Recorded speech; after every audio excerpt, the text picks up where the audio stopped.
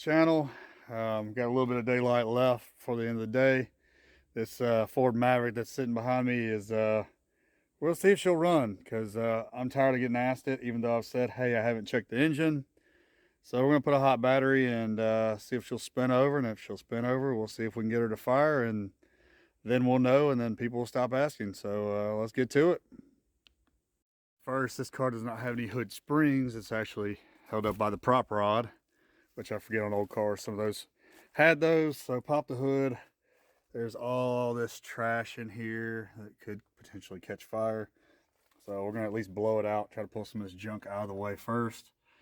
And then we're gonna connect this battery, which I have right here. Connect battery up.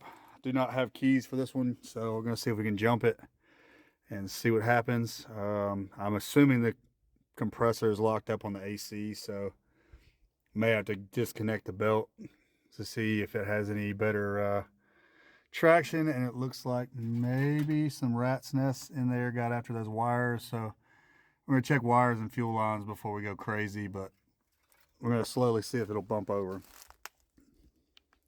It's very important when you clean up stuff to look at your wiring.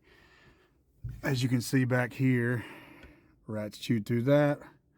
We need to figure out where that goes. I have a feeling it's some of this emissions control going to the carb and not anything that we actually need to try to fire it over. But obviously you got to check and make sure you don't have any. As you see right here, that is a power wire. It's very brittle, so I'd imagine it's not great going to the starter.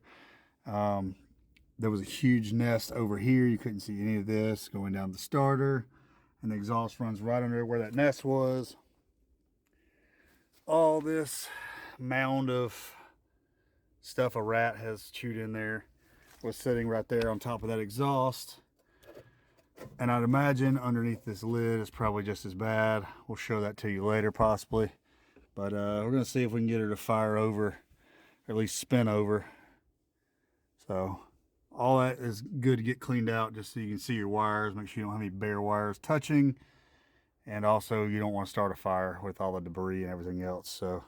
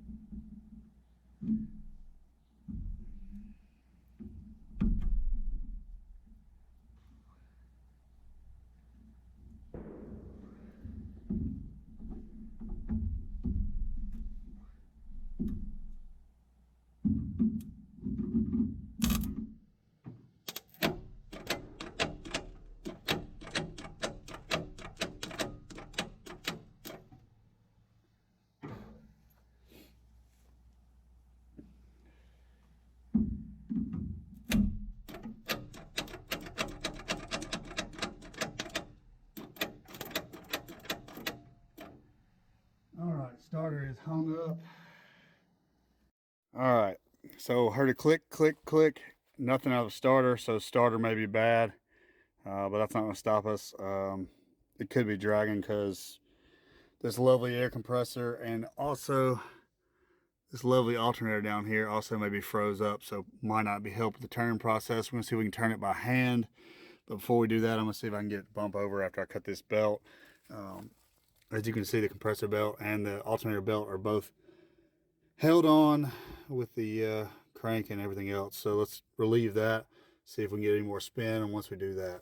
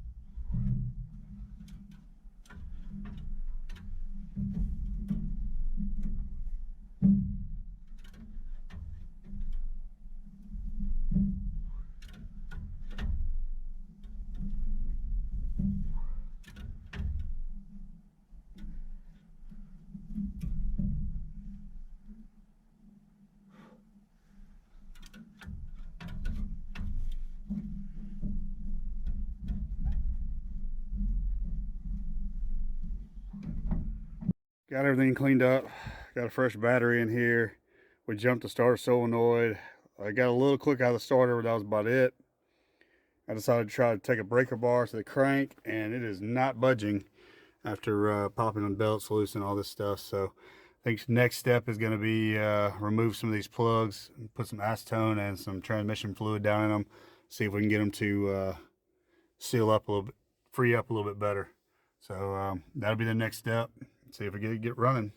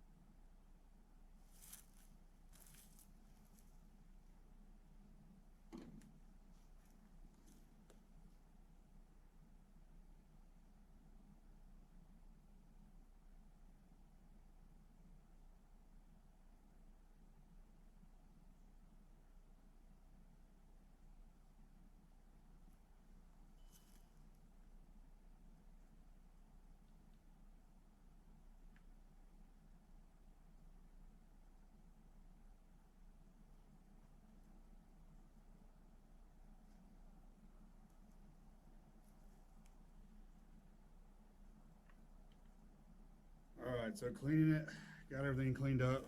Got a fresh battery in here. We jumped the starter solenoid. I got a little quick out of the starter, but that was about it.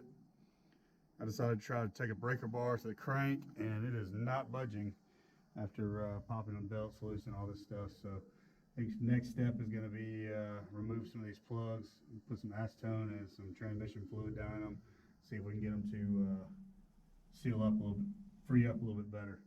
So that'll be the next step. See if we get running.